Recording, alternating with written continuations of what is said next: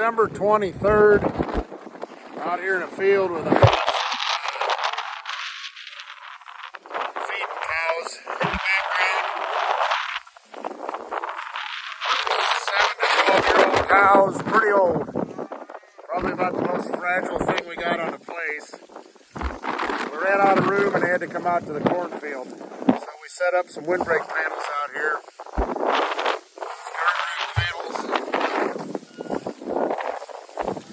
Once you get inside here, these cows are awful comfortable. Wind's blowing up to 45 miles an hour. I think the real feel today is 42 or 43 below.